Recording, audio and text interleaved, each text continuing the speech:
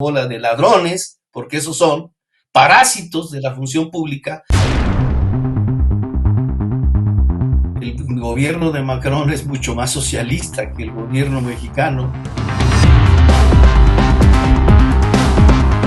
Y no le podemos llamar comunista a un sistema que tiene 5 de los más grandes ricos del planeta en un solo país. Y hasta la violencia empezó a privatizarse, se empezaron a crear changarros violentos por todas partes. Reincorporar estas funciones que corresponden originariamente al Estado al propio aparato estatal no es socialismo. Lo que está sucediendo en México es eso: recupera el Estado funciones para poder llevar a cabo la continuidad del desarrollo capitalista del país. Que hay mucha gente que dice que la 4T quiere implantar un sistema socialista. Hay otros, peor, que dicen que la 4T quiere implantar un sistema marxista. Hay otros que dicen que la 4T quiere implantar de lleno un sistema comunista. Entonces, nada de esto es cierto. No, absolutamente, bueno, es para morirse de risa, la verdad. No están viendo cómo se sigue concentrando la riqueza en el país en pocas manos. No sé, esta lumpenburguesía mexicana, esa es la palabra. Marx inaugura esta forma de abordar la problemática social a partir de las condiciones materiales de existencia de la humanidad y no simplemente a partir de especulaciones. Dos grandes clases, las de los dueños de los medios de producción, la burguesía, y los desposeídos de medios de producción, el proletariado. La gran masa de los trabajadores en Francia tiene mucho más seguridades que aquí. Debido a tanta confusión cognitiva, debido a tanta propaganda de todos los lados, debido a tanta influencia en todo el mundo, en el continente americano, en América Latina, en los países, sobre todo en la transformación que se estaría viviendo entre los políticos que prometen la transformación. Vamos a hablar de algo verdaderamente importante al ver también los triunfos de las derechas y también de las izquierdas en el mundo. Es momento de ahondar, investigar, preguntar, reflexionar, cuestionar. Soy Roberto de la Madrid y este programa va a estar buenísimo. Y esto es Detrás de la Razón. Comenzamos.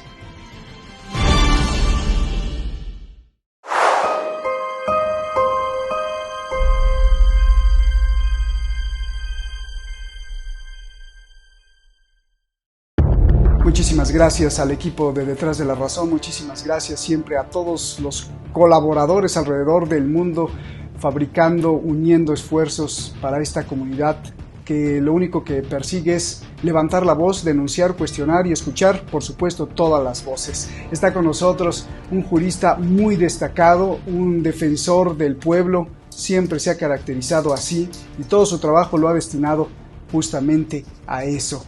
Joaquín Ortega, un abogado implacable. Joaquín, es un placer tenerte, hermano, con mucho gusto y con mucho corazón. Es un placer tenerte en Detrás de la Razón en el programa.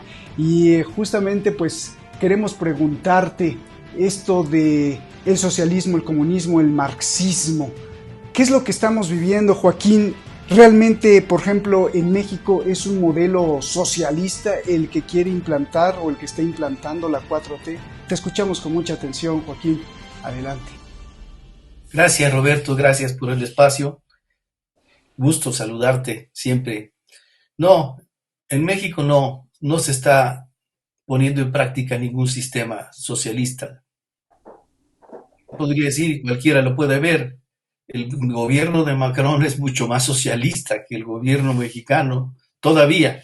Caray. Todavía en Francia, el sistema de servicios médicos, el sistema de seguridad social, todo lo que constituye, digamos, el soporte material de la gran masa de los trabajadores en Francia tiene mucho más seguridades que aquí en México.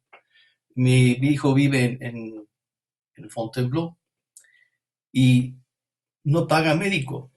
Él va simplemente y lo atienden y le dan las medicinas. Es un sistema de salud universal que aquí podrían calificar de socialista, pero no es socialista. Y hay que hacer una aclaración que es muy importante. En la discusión que se ha dado a lo largo de la historia del mundo a partir de finales del siglo XIX, se hizo el planteamiento de la posibilidad de que existiera un sistema social diferente al que era dominante y sigue siendo dominante a la fecha actual. Este sistema se llama sistema capitalista. Le llamamos sistema porque es un conjunto de relaciones sociales que determinan una forma especial de producir la existencia y reproducir la existencia humana. Marx fue el teórico, el investigador que inaugura esta forma de abordar la problemática social a partir de las condiciones materiales de existencia de la humanidad y no simplemente a partir de especulaciones. Es el primer investigador que aborda la historia como un proceso de cambio y no como una sucesión de fotografías, podríamos llamarlo así. Y aborda precisamente el estudio del proceso de cambio social a partir de todos los puntos de vista posibles. Lleva los argumentos del contrario a sus últimas consecuencias y así realiza una crítica verdadera del planteamiento del contrario. Y por eso es que muchos sostenemos que Marx inaugura el universo científico de la historia, explica los sucesos históricos por las condiciones materiales que los provocan, por las condiciones materiales a las que se sujetan estos procesos. Y en la propuesta que hace Marx a partir del estudio del sistema de producción capitalista, que se define como un sistema dentro del que existen relaciones sociales que dividen a la sociedad en dos grandes clases, las de los dueños de los medios de producción, a los que se ha llamado desde todos los tiempos la burguesía, y los desposeídos de medios de producción, a los que se ha llamado el proletariado. Los desposeídos no tienen más que su fuerza de trabajo y por eso es que en el sistema capitalista se relacionan con los dueños de los medios de producción a través de una relación de trabajo asalariado. Venden su fuerza de trabajo, el capitalista la adquiere, usa la fuerza de trabajo para producir, obtiene de esa fuerza de trabajo un producto que no paga y que constituye su ganancia. ¿Cómo se da este proceso? Pues es muy sencillo, porque lo que compra el capitalista es toda la capacidad laboral de un obrero durante todo el tiempo que pueda durante un día. La jornada de trabajo se universalizó aparentemente en la legalidad en 8 horas, pero hace muchos años que los trabajadores en México no laboran 8 horas. Normalmente laboran 12, 13 horas, porque así compensan con el tiempo extraordinario el salario que les falta. Y desde hace mucho tiempo sucede así. Pero en esas 8 horas de trabajo, nosotros hicimos un estudio en los años 80 sobre la industria automotriz y de la jornada de trabajo, si la dividimos pues entre lo que corresponde al producto que el trabajador genera durante esa jornada, resulta que el salario que se le paga al trabajador lo genera en una pequeña fracción de esa jornada laboral. En la industria automotriz, los 2, 3 primeros minutos de la jornada laboral, ya con eso el trabajador produjo lo necesario para que se le pudiera pagar su salario. El resto de la jornada se aplica en incorporar los insumos, digamos, al producto final y en producir toda esa cantidad que ya no se le paga al trabajador y que constituye la ganancia del dueño de los medios de producción. Esta ganancia se produce a partir del trabajo vivo. Y por eso es que ahora el capitalismo mundial está penando un poco, pero quiero volver al tema de explicar qué cosa es una cosa y qué es otra, qué es socialismo y qué es capitalismo. El sistema capitalista se basa en el trabajo asalariado, en la propiedad privada de los medios de producción. En México existe la propiedad privada de los medios de producción y está concentrada en un reducidísimo grupo de personas. Existe el trabajo asalariado, Se explota trabajo asalariado. El Estado garantiza la subsistencia de ese sistema. Eso no tiene nada de socialista, absolutamente nada. Lo que sucedió es que de los años 80 del siglo anterior a la fecha actual, hubo un proceso de desmantelamiento de las instituciones estatales que asumían la responsabilidad de la prestación de los servicios públicos, la responsabilidad del, digamos, equilibrio entre los distintos factores de la producción. Y al empezar a privatizarse estas funciones que le correspondían al Estado, se generaron pues pequeños changarros que estaban realmente prestando servicios de Estado. Los sistemas de salud se volvieron contratistas o contratadores de servicios de empresas privadas. El ISSSTE, por ejemplo, tiene subrogados o contratados para particulares una gran cantidad de servicios.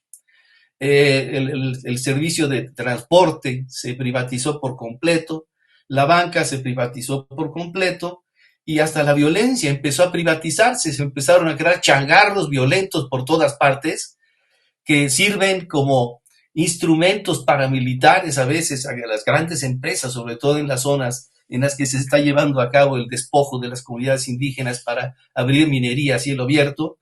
Hasta eso se privatizó la función de juzgar los procesos electorales, se privatizó la función de establecer el equilibrio o el control de los monopolios, todo se privatizó.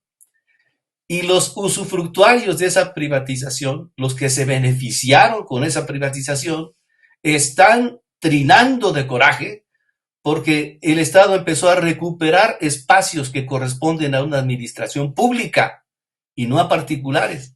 Espacios de servicio social, de utilidad pública, que le corresponden al Estado, originariamente, porque así lo dice la Constitución, y que habían sido concesionados a particulares. Todo este rollo que han estado tirando sobre la falta de medicamentos para los niños con cáncer es porque se publicó en varios espacios, porque prácticamente 12 personas habían monopolizado el suministro de medicamentos a las instituciones de salud pública y se estaban hinchando de dinero con eso. ¿A costa de quién? Del pueblo. Pero reincorporar estas funciones que corresponden originariamente al Estado al propio aparato estatal no es socialismo.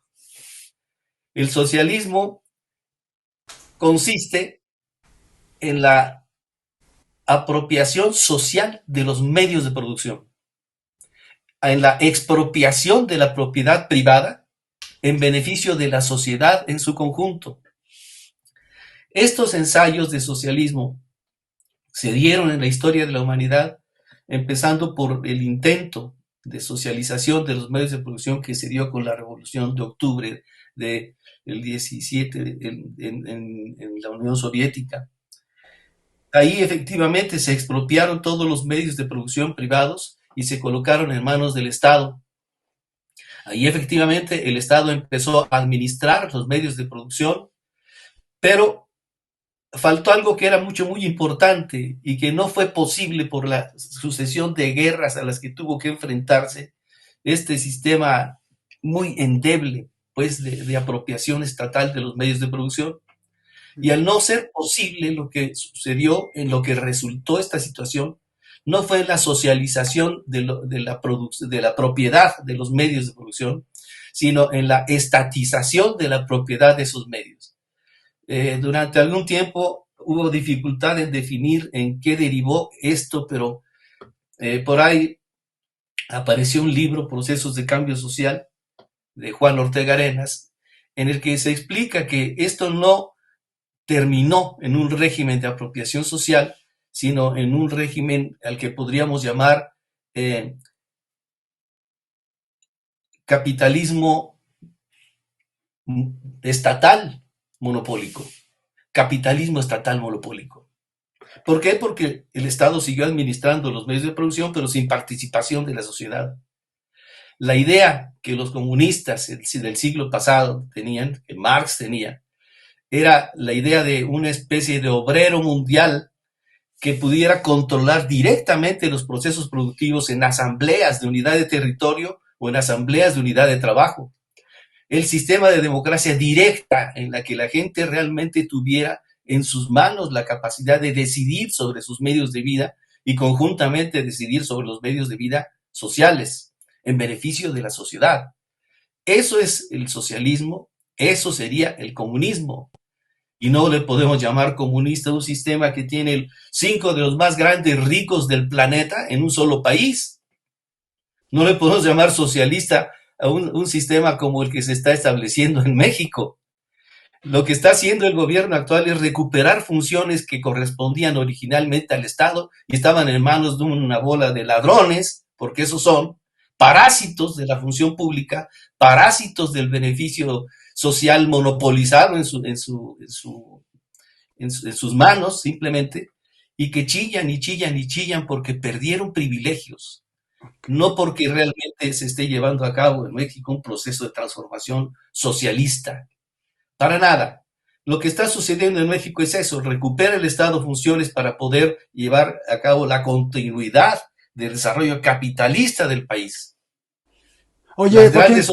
Joaquín, perdón Sí, que te interrumpa. Entonces, porque hay mucha gente que dice que la 4T quiere implantar un sistema socialista. Hay otros peor que dicen que la 4T quiere implantar un sistema marxista. Hay otros que dicen que la 4T quiere implantar de lleno un sistema comunista. Entonces, nada de esto es cierto.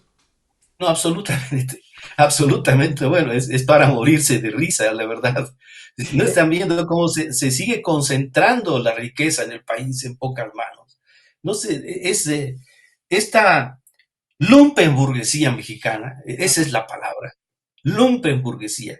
Se le llama lumpen a un conglomerado social desclasado porque no tiene principios de ninguna de las clases existentes, sino medran entre una y otra formación, digamos, de agrupaciones políticas o sociales para parasitar a costa del Estado. Aquí no tenemos empresarios como el que empezó con una bicicleta en Japón y terminó con una gigantesca fábrica de automóviles. No, no. Aquí tenemos los grandes ricos del país que se hicieron con el fraude bancario, que se hicieron con la obra pública estatal, que se hicieron a partir de los beneficios que el Estado les otorgaba desde siempre. Solían decir en tiempo de Venustiano Carranza que en vez de darle algo el Estado les decía, usen el sistema Aarón. ¿Cuál era el sistema de Aarón Sáenz? Contratar obra pública. Ese era el sistema. Y así se hicieron las grandes burguesías. Ok. Todos los sexenios de la revolución tuvieron su constructor o su empresa de constructora especial de la obra pública, que hicieron grandes capitales a partir de la obra pública.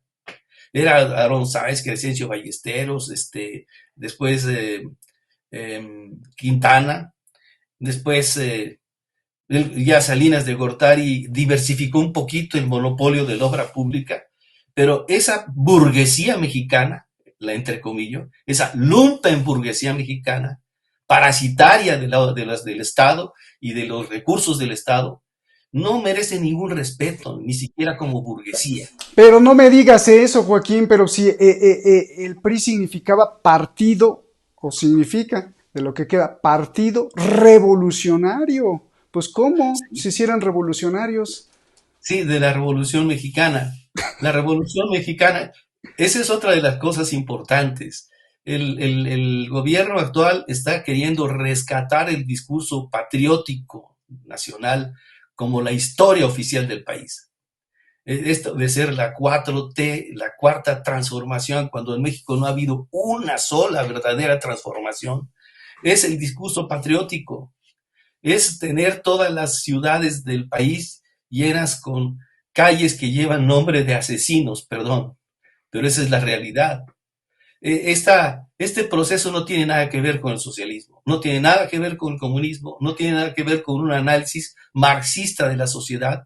Y si en los libros de texto se cita a Marx, y si en los libros de texto se denuncia, se anuncia o se trata de explicar un proceso revolucionario en tal o cual país, eso es simplemente información que la gente tiene que tener. La gente tiene que saber eso. Tendría que explicarse también muchas cosas de la historia del país que no se explican, simplemente se abordan por encimita.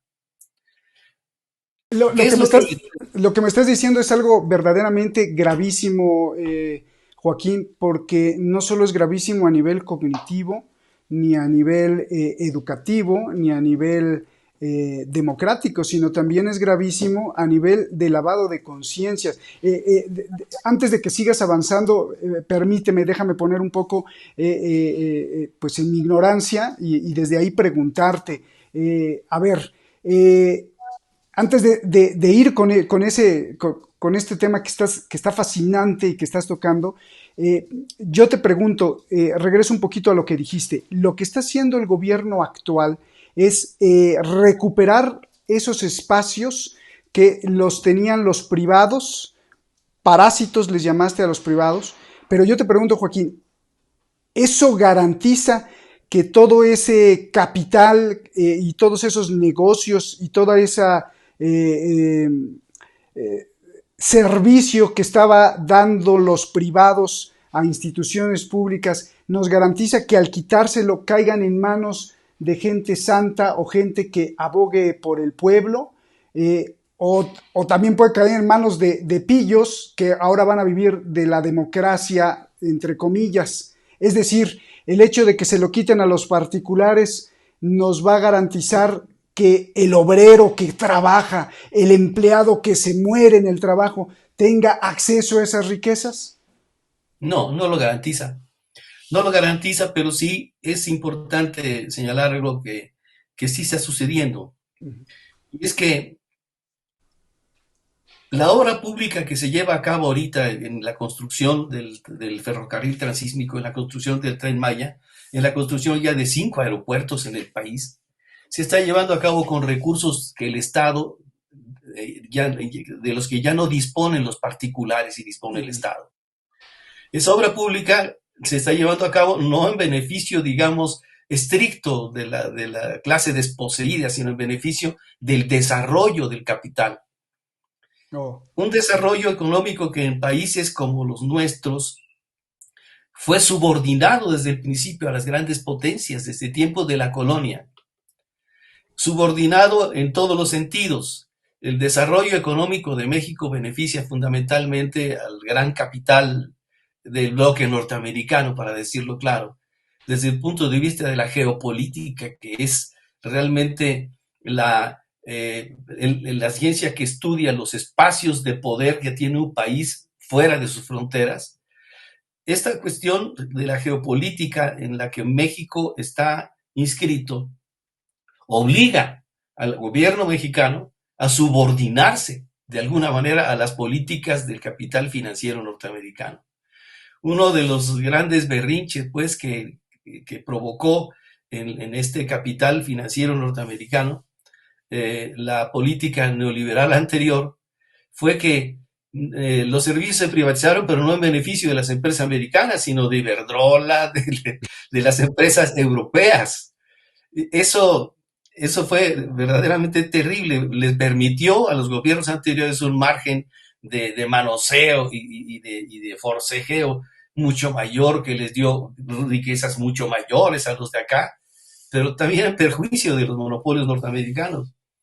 Estos ajustes de cuentas, esta reducción, esta austeridad republicana en beneficio del desarrollo capitalista, porque esa es la verdad, no necesariamente va a redundar en un mejoramiento de las condiciones de vida de la sociedad en general.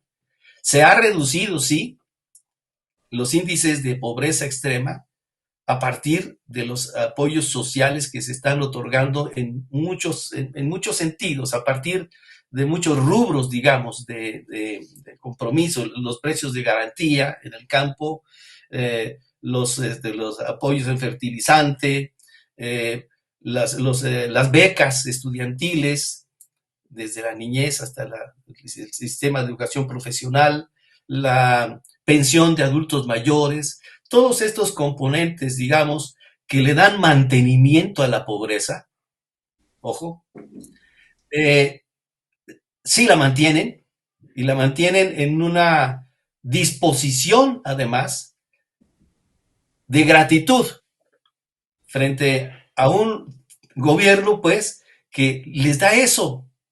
Y tú lo puedes ver, es un plato de lentejas, como quieras verlo, pero eso es una realidad que se está viviendo. No se está dedicando, digamos, este sistema gubernamental a un desarrollo social completo, pues pleno, porque no es su propósito. Cuando la gente, los de izquierda, acusan de traición a este gobierno, yo digo, no traicionó a nadie, porque este gobierno no es un gobierno de izquierda, es un gobierno que sí ha mejorado las condiciones de operación del Estado, y ese mejoramiento le ha permitido a este gobierno realizar obra pública que los anteriores no habían tenido capacidad de llevar a cabo, le ha permitido una mejor gestión de los recursos públicos y ha permitido darle mantenimiento a la pobreza. Bueno, eso en realidad la gente en su conjunto lo agradece. Pero como lo platicamos a principio de año, Roberto, que decíamos nos va a ir peor o nos va a ir mejor, yo sigo pensando, nos va a seguir yendo peor porque las condiciones de explotación en el mundo se van a ir haciendo cada vez más violentas, pero nos va a ir mejor porque cada vez va a ser más impotente el sistema imperialista mundial para controlar las protestas.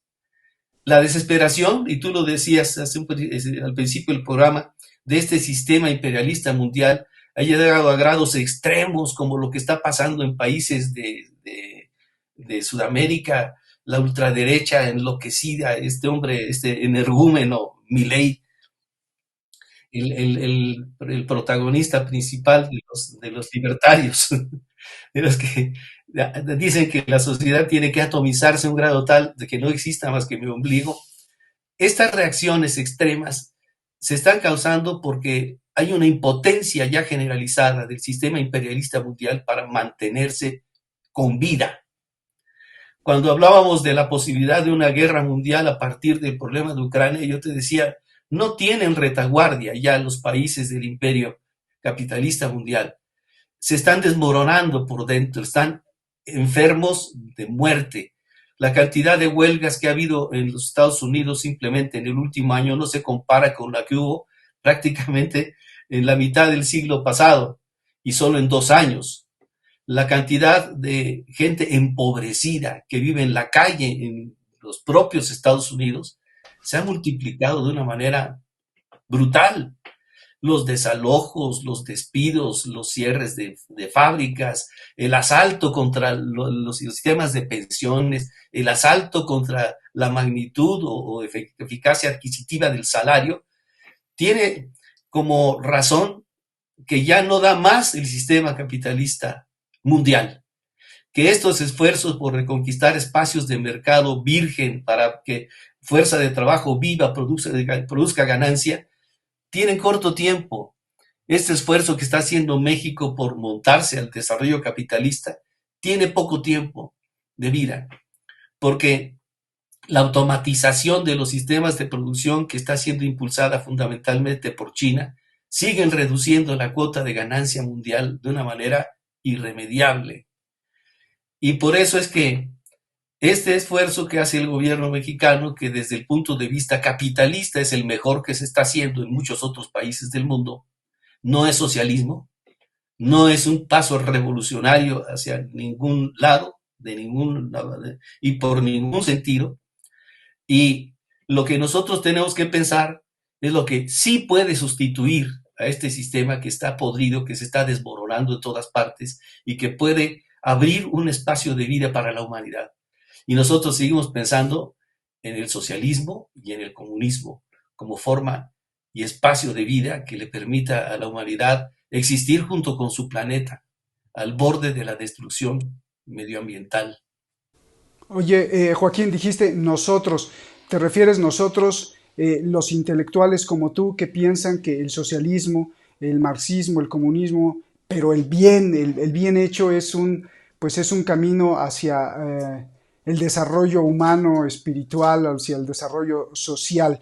Dijiste que esta 4T que se implanta en México, pues ni es 4T porque nunca ha habido ni siquiera una primera T, una primera transformación real, que en realidad pues no es ni socialista ni capitalista, digo ni comunista ni mucho menos marxista, y que no lo implantan porque no les conviene. La pregunta es, ¿por qué no les conviene? Y la segunda pregunta más importante, ¿qué necesitamos los mexicanos? ¿Qué necesitamos los latinoamericanos? Porque estoy hablando por nuestros hermanos bolivianos, y no soy religioso, sino por nuestros hermanos, porque lo siento así, nuestros hermanos colombianos, argentinos, en Argentina están las cosas terribles, nuestros hermanos de toda América Latina, de salvadoreños, nicaragüenses. ¿Qué se necesita o qué gobierno necesitamos que sea verdaderamente valiente, que arriesgue verdaderamente no solo la vida, sino que arriesgue todo para ponerle un alto a este imperialismo que, aunque se está desmoronando, sigue haciendo mucho daño, y devolverle, o no devolverle, darle como se debería el poder al obrero que suda de verdad, al empleado que suda de verdad, a toda la clase trabajadora. ¿Qué se necesita para llegar ahí? ¿Por qué no hemos tenido un solo gobernante valiente? Porque no lo sé. A ver. No, no se ha construido un poder popular. Okay. Es necesario construir el poder popular y construirlo desde abajo. Cuando yo hablo de asambleas de unidad territorial, hablo de que los vecinos de cada manzana tienen que conocerse, relacionarse y resolver su problemática común de la manzana y ponerse de acuerdo con los de la manzana de enfrente, que tienen que hacer lo mismo. Tiene que democratizarse todo. La familia tiene que democratizarse también, en todos los sentidos, para que la sociedad construya realmente un poder social, un poder humano en manos de quienes verdaderamente llevan la carga de la reproducción de la vida, que son las familias, los que llevan a cabo la reproducción de la vida en las fábricas, los que tienen que convivir en un espacio determinado que está enajenado de su posibilidad de actuación. Tiene que construirse esa democracia a partir de las asambleas de unidad territorial, de unidad y de trabajo. Esa construcción empieza a llevarse a cabo de manera muy interesante. El mes pasado, por primera vez, se votó en un sindicato automotriz en Estados Unidos por voto directo de la totalidad de los trabajadores, la sustitución de un comité ejecutivo, la sustitución de una directiva sindical. Esa democracia que se tiene que construir, que se tiene que buscar en todas partes, en todas las formas, digamos, de expresión de la sociedad, es la que va a dar la posibilidad de que exista otro tipo de gobierno y otro tipo de sistema. Hay la oportunidad de construirlo porque ya no hay esperanza dentro de los desposeídos, incluso los que se llamaban orgullosamente clase media, esta pequeña burguesía ilustrada de altos niveles de vida y de cultura, también se están viendo en dificultades. Se están viendo dificultades porque cada vez va a ser más difícil la sobrevivencia dentro de un sistema como el que estamos padeciendo en la humanidad entera. Así que construir esa democracia directa es lo que puede dar base a un gobierno distinto.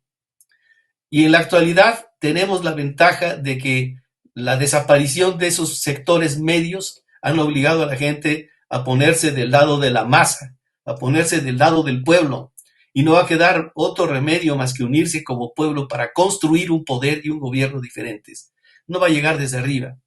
Las respuestas estas gloriosas como las del gobierno nigeriano abren esos espacios, pero no significan la conquista de un poder democrático real. Ese se construye desde abajo. Y por eso mi propuesta al principio de año sigue siendo la misma. Joaquín, Democratizarlo todo. democratizar todo. Así es. Joaquín, déjame echarte flores, pero con jiribilla y con corazón. Flores porque pues siempre he admirado tu trabajo intelectual. Eh, y flores en el sentido de la pregunta, ¿por qué gente intelectual, socialista, marxista, de verdad, de hueso colorado, no sé si puedo decirlo como tú, ¿por qué gente tan valiosa no está en el gobierno tratando de ayudar? Y aquí me gustaría traer a colación una discusión que yo tuve cuando toma López Obrador poder.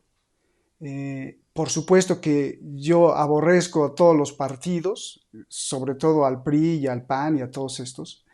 Y cuando toma López Obrador el poder, tengo yo una entrevista con Genaro Villamil, el que entonces pues era el vocero de López Obrador, y se enojó conmigo, creo que hasta me dejó de hablar, porque justamente le cuestionaba eso, le decía, bueno, ¿y la 4T cómo le va a hacer con todo esto que se necesita desde abajo, cambiar la forma de pensar de las familias, las ganas de unirse? Y entonces Genaro Villamil, como portavoz de López Obrador, me dijo, estás equivocado, Roberto, porque el único y verdadero cambio, como lo plantea la 4T, tiene que ser forzosamente desde arriba, desde la cabeza. Claro, esto sirve para echarle la culpa siempre a todos los de atrás, pero con lo que me estás diciendo, Joaquín, pues es que el cambio verdadero y el poder verdadero, cuando sea verdadero, es que tiene que empezar desde abajo y no dejárselo a un pillo o a otro pillo. Y te felicito. ¿Algún apunte de lo que estoy diciendo, Joaquín? Mira, hay gente de muy buena fe. Yo te lo quiero decir con sinceridad. Ayer tuve la fortuna de conocer a la secretaria de Cultura de la ciudad, por ejemplo. Gente que trabaja de sol a sol dedicada a abrir espacios culturales. He conocido gente dentro del gobierno actual que está empeñada en hacer las cosas bien, de buena fe, que están abriendo espacios. No es lo mismo la Iztapalapa de hoy que la Iztapalapa de hace 4 años. Uh -huh. Y en Tláhuac está pasando lo mismo. La gente empieza a sentirse persona Uh -huh. por estos espacios. Yo te puedo decir, por ejemplo, los pilares, centros deportivos que anda abriendo Meyer en todas partes, eh, estas, eh, estas formas de hacer confluir a la sociedad en lugares comunes,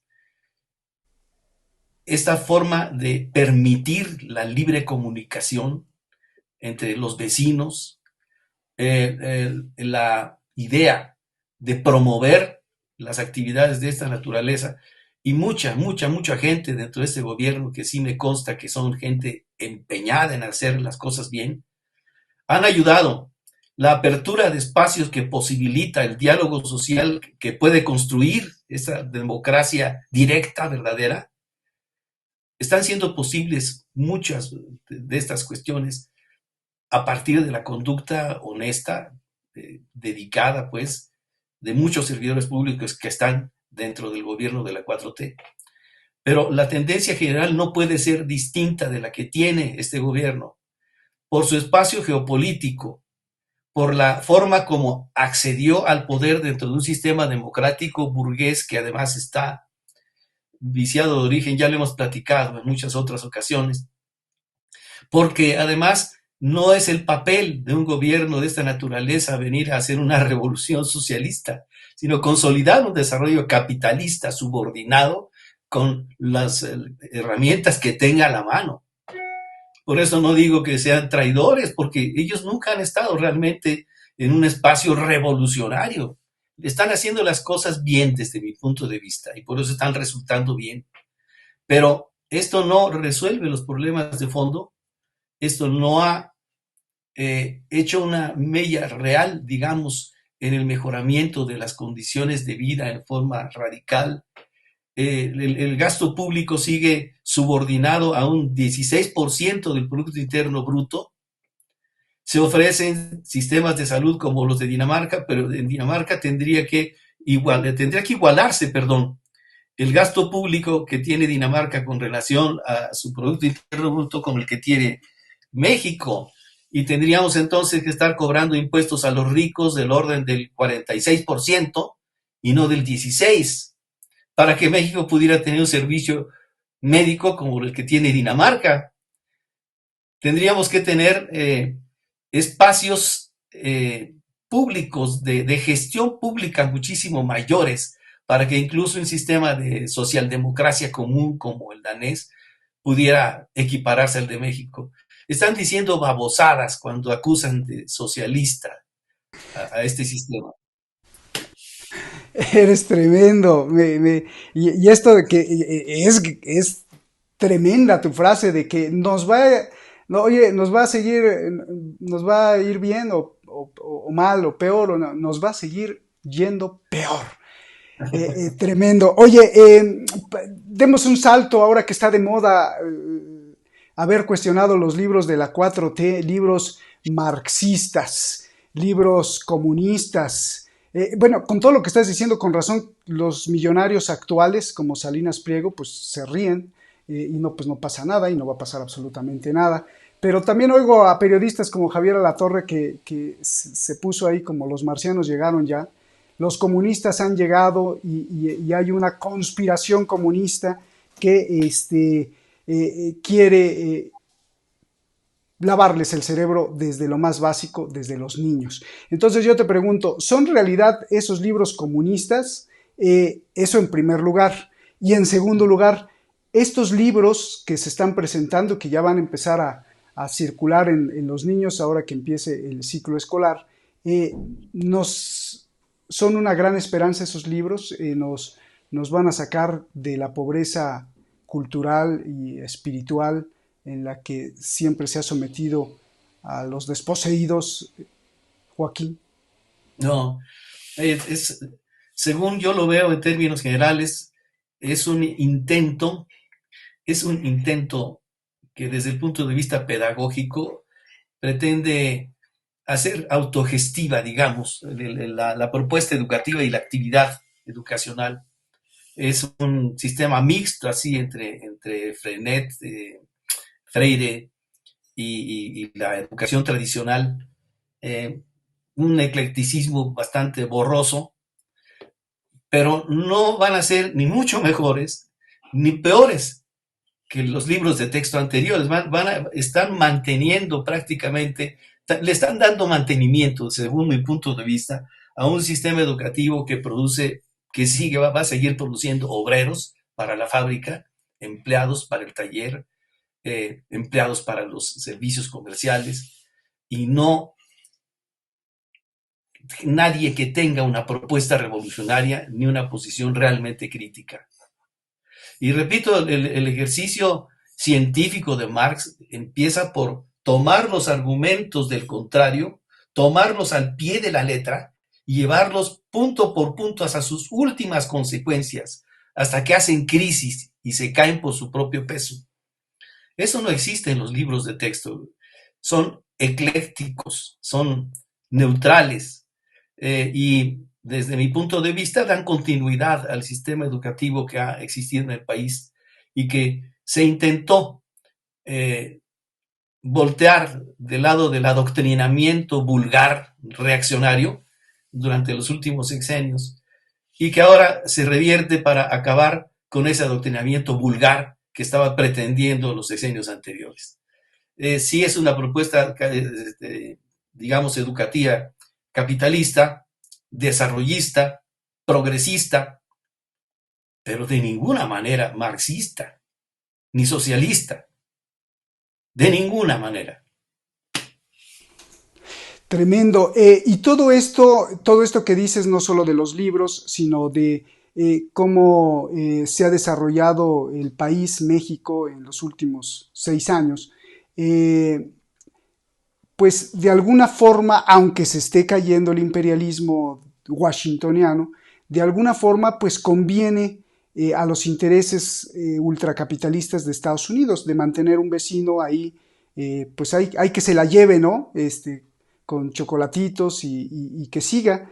El lunes pasado hicimos un programa aquí en Detrás de la Razón, que lo hacemos todos los lunes entre Shadi y un servidor, en donde planteamos una hipótesis que está fundamentada, la hipótesis, en toda nuestra experiencia personal, en nuestros viajes y en nuestra estadía en Oriente Medio, de ver cómo se ha institucionalizado la violencia como parte de una estrategia mundial.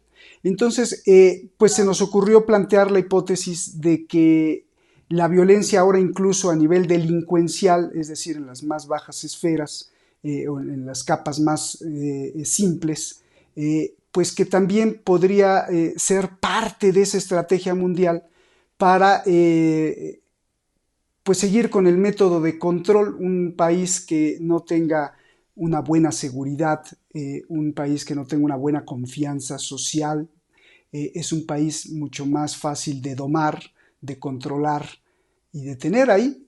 Entonces, basado en esto y basado en la primera pregunta que te hago, pues parece ser que siguen así las cosas, ¿no? Es fácil de controlar a un país vecino que es muy importante para Estados Unidos, México, porque es además la entrada, la puerta de toda América Latina, porque pues 3.000 kilómetros de frontera, desde la Patagonia hasta el sur, como dicen ellos, el sur de Estados Unidos, que es México. Siguen así las cosas, es parte de esto. ¿Cómo lo ves tú, Joaquín? No tener un amigo, más bien un enemigo de vecino, súper de verdad contestatario, como Corea del Norte, como Irán, como gente que le diga alto, sino pues ahí nos las vamos llevando y así pasan las décadas, Joaquín. ¿Puede ser parte de esta estrategia de Washington? Es una estrategia mundial. La violencia es sembrar el miedo, pasar incluso de las prácticas delincuenciales esporádicas al terrorismo abierto.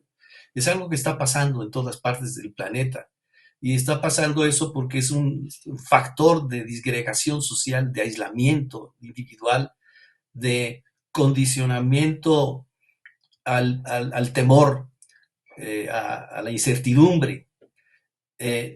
Sí, es parte de una política mundial, sembrar el miedo a partir de una violencia que no tiene control porque no existe ninguna fuerza irregular que no tenga patrocinio de una fuerza regular de algún modo.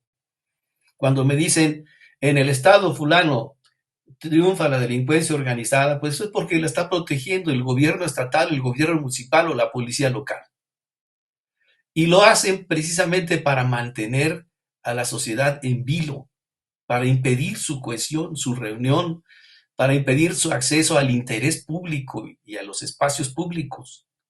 Es parte de la política mundial, sembrar el miedo. Y por eso pienso yo que auxiliar a la gente a acceder a un estatus de legalidad, a un estatus de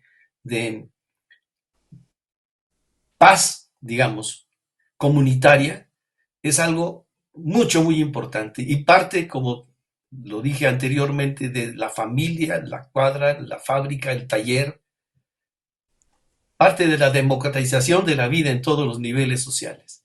Se, Ese se, es el antídoto. Se me sale una lágrima, Joaquín, porque veo a tanta gente desesperada de que le mataron de una forma tan sádica, de una forma tan despreciante.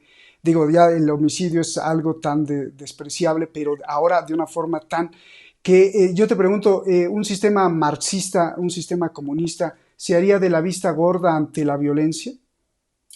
No habría posibilidad de ese tipo de violencia.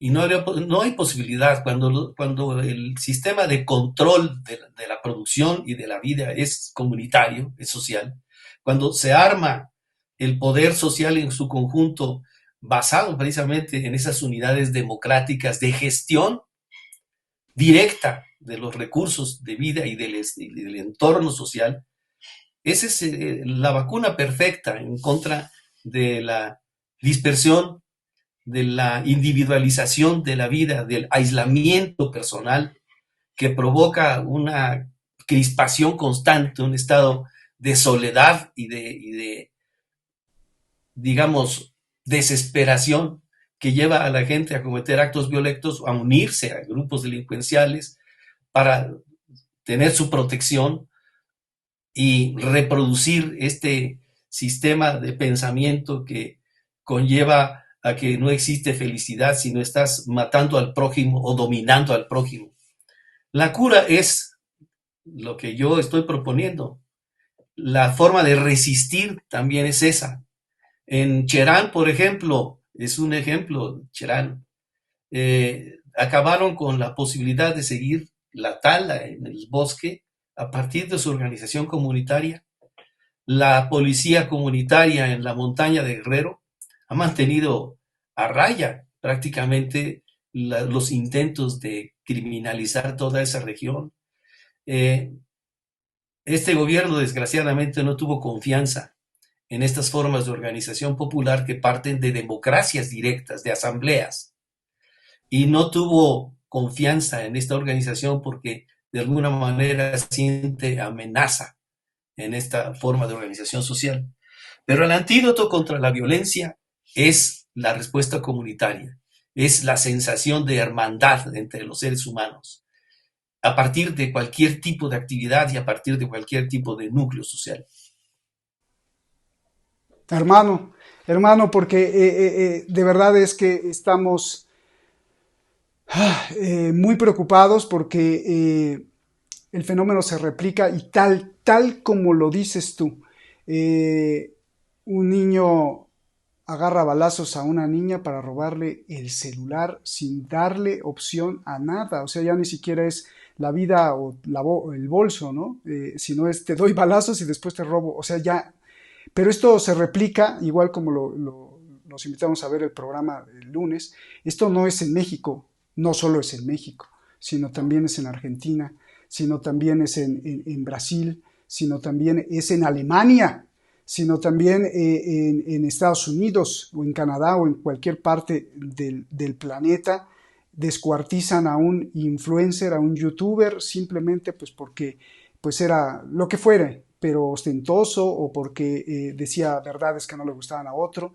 Descuartizan a un médico colombiano en Tailandia simplemente porque es así, y si no hacen pedacitos a un chileno empresario, y bueno, ni se diga aquí en México, ¿no? Ya has dado la solución, tu postura para resolver, pero me gustaría que le dieras un consejo así muy simple a nuestras madres de familia, a las amas de casa, si se puede entender, a los niños de 14 o de 8 años de edad, a los padres de familia que se van al trabajo y que le da el abrazo la mamá porque no sabe si va a volver o no por la inseguridad, al hermano que sale a trabajar porque el salario no alcanza y tiene que trabajar más de las 8 horas.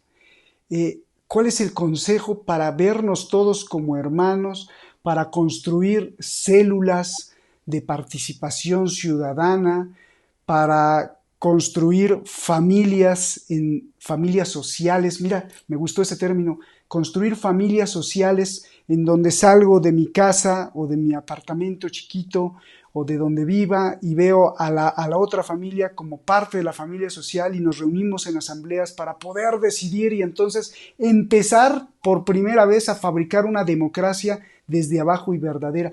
¿Qué consejo simple le das para que, que, que podamos, no solo consejos, sino también una instrucción, una directriz para unirnos todos? Y esto aplica, por favor, porque nos ven muchísimas personas en Estados Unidos, nos ven muchísimas personas en España, nos ve mucha gente en Argentina. Esto aplica, este consejo que me gustaría escuchar de ti, pues aplica prácticamente para todas las familias hispanohablantes en el mundo, en Colombia, en Venezuela, en Paraguay, Joaquín.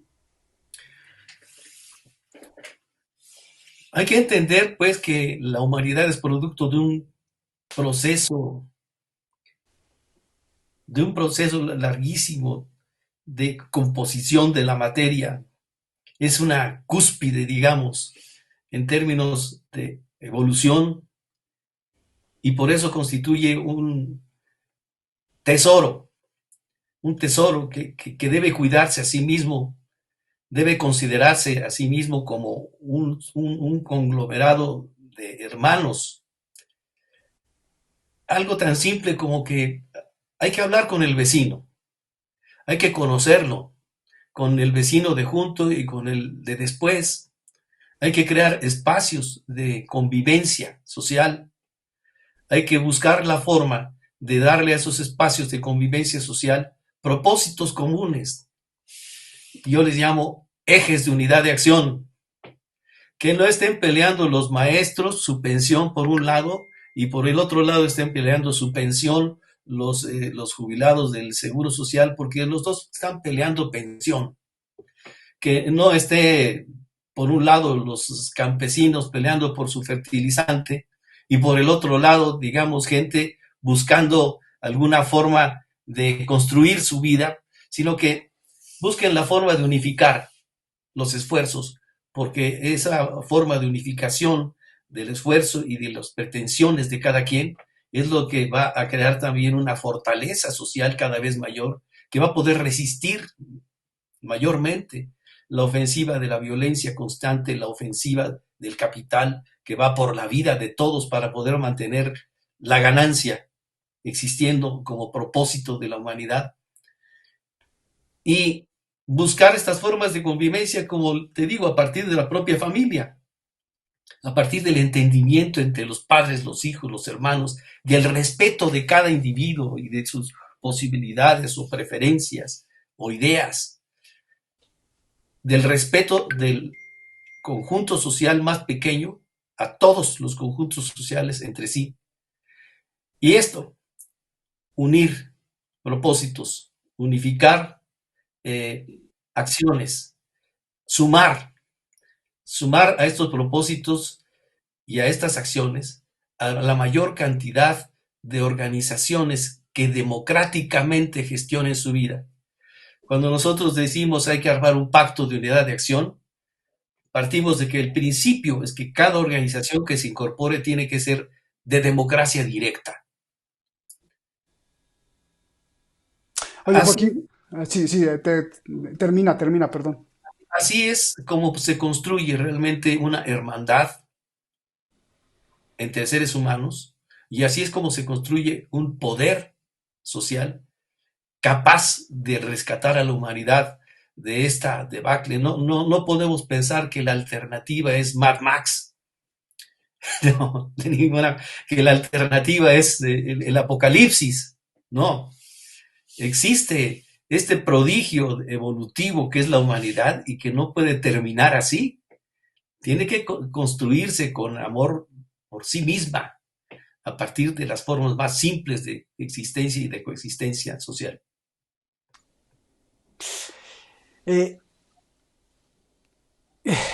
Hay gente, sociólogos y antropólogos vendidos que están trabajando mucho porque ya lo ven y entonces están tratando de implementar un transhumanismo para justamente, yo creo, evitar eso que tú dices. Oye, Joaquín, solamente lo que estabas diciendo me parece pues muy claro, solo que cómo la gente ya a nivel individuo, uno por uno, escapa al egoísmo.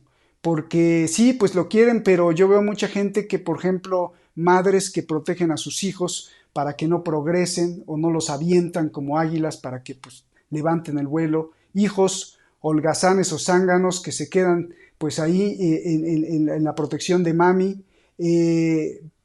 esposos golpeadores, mujeres traicioneras, que entonces cuando tienen un cotito de poder, un coto de poder, ¡bum!, se aprovechan de ahí y más si les dan un puesto en alguna gerencia privada o en el gobierno, se olvidan de todo esto y venga para acá y venga para acá, individuo por individuo, y venga para acá y entonces pues todo este hermoso sueño de querer tener una hermandad a partir desde lo más básico pues se esfuma porque es aniquilada por el propio egoísmo de persona en persona. ¿Cómo nos aconsejas que escapemos de ese egoísmo para que entonces sí podamos cimentar pues una especie de hermandad con el vecino, con el barrio, con la colonia. Lo que pasa es que no es posible ya la existencia dentro de este aislamiento. No es posible. Ya no es una opción. No es una opción y por eso es que poco a poco la humanidad tiene que ir tomando conciencia de todas estas necesidades de cohesión, de convivencia, de ayuda conjunta, de auxilio comunitario. No puede esto resolverse individuo por individuo, sino a partir de los núcleos en los que la gente convive, desde la familia hasta el país o el mundo entero. Pero tiene que irse construyendo a base de un trabajo comunitario. Claro. No se puede llevar a cabo una educación comunitaria acudiendo al aislamiento individual. Bolívar Echeverría me platicaba que su desesperación cuando estuvo en la casa de Wallerstein en Estados Unidos es que fuera del centro de las ciudades no hay gente transitando en las banquetas. Allí es el automóvil y el aislamiento que existe dentro del propio campus universitario entre un profesor y otro profesor es atroz. Se tienen miedo el uno al otro. Y lo que hay que empezar por hacer es romper ese miedo fuera de los espacios de control como son las iglesias luteranas o esta forma de adoctrinamiento público que existe en los Estados Unidos. A partir de la vida misma es como tiene que irse construyendo la convivencia social. Y el consejo es mirar al vecino como hermano y no como enemigo, y mirarse entre los propios miembros de una familia no como enemigos, sino como hermanos también.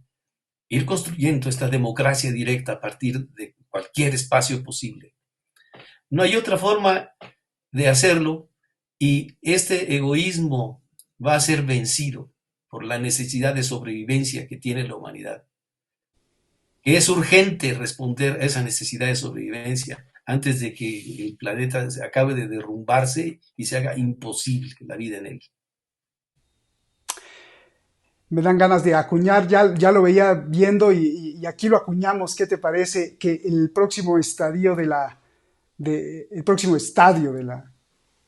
la sociedad vista desde el plano evolutivo que vienes del Homo sapiens, el próximo sería el Homo solidarium, ¿no? Porque si no, entonces nos vamos a morir si no hay Homo solidarium. Joaquín, qué placer. Qué placer es escucharte. Algo que se nos haya ido, algo que esté en el tintero, algo que quieras agregar. Maestro Joaquín, déjame decirte así, aunque seamos hermanos. Bueno, yo daría un consejo a mis compañeros. No vale la pena estar atacando a la 4T cuando lo que hay que hacer es construir el espacio social desde abajo. No vale la pena, están haciendo bien su trabajo, no es el nuestro, es su trabajo. Pero lo están haciendo bien. Mejor nos organizamos para ir creando ese poder social desde abajo. Joaquín, pues un abrazo gigante, un abrazo grande y pues que te escuchen muchos y que pongamos a prueba pues muchas de las cosas que todavía faltan para poder ser pero no como una persona, ser un ser humano pues que incluya muchas de las cosas que queremos como individuos, la paz, la justicia, la tranquilidad, el bienestar y sobre todo y sin duda, como dijiste, el cemento será el amor, la amalgama será el amor. Muchísimas gracias, Joaquín, de verdad te insisto, algo que quieras agregar, algo que se nos haya escapado y si no, pues un gran abrazo y por favor, si puedes despedir el programa con la cereza del pastel intelectual, claro, escoge solo una palabra para irnos y en 20 segundos nos digas por qué escoges esa palabra. Es difícil a veces este ejercicio de síntesis, pero me gusta. Adelante. Sí, es la misma revolución, un cambio profundo de las estructuras sociales que coloque a la humanidad en primer plano. Revolución, un cambio de la estructura social, no un cambio cosmético. Joaquín, muchas gracias. Nos vemos, hermano. Gracias y a todos ustedes que nos ven. Muchísimas gracias siempre por estar aquí defendiendo este espacio de libertad y a pesar de la censura de las grandes corporaciones. Nos vemos hasta la próxima. Gracias, Alberto, muchas gracias. Gracias.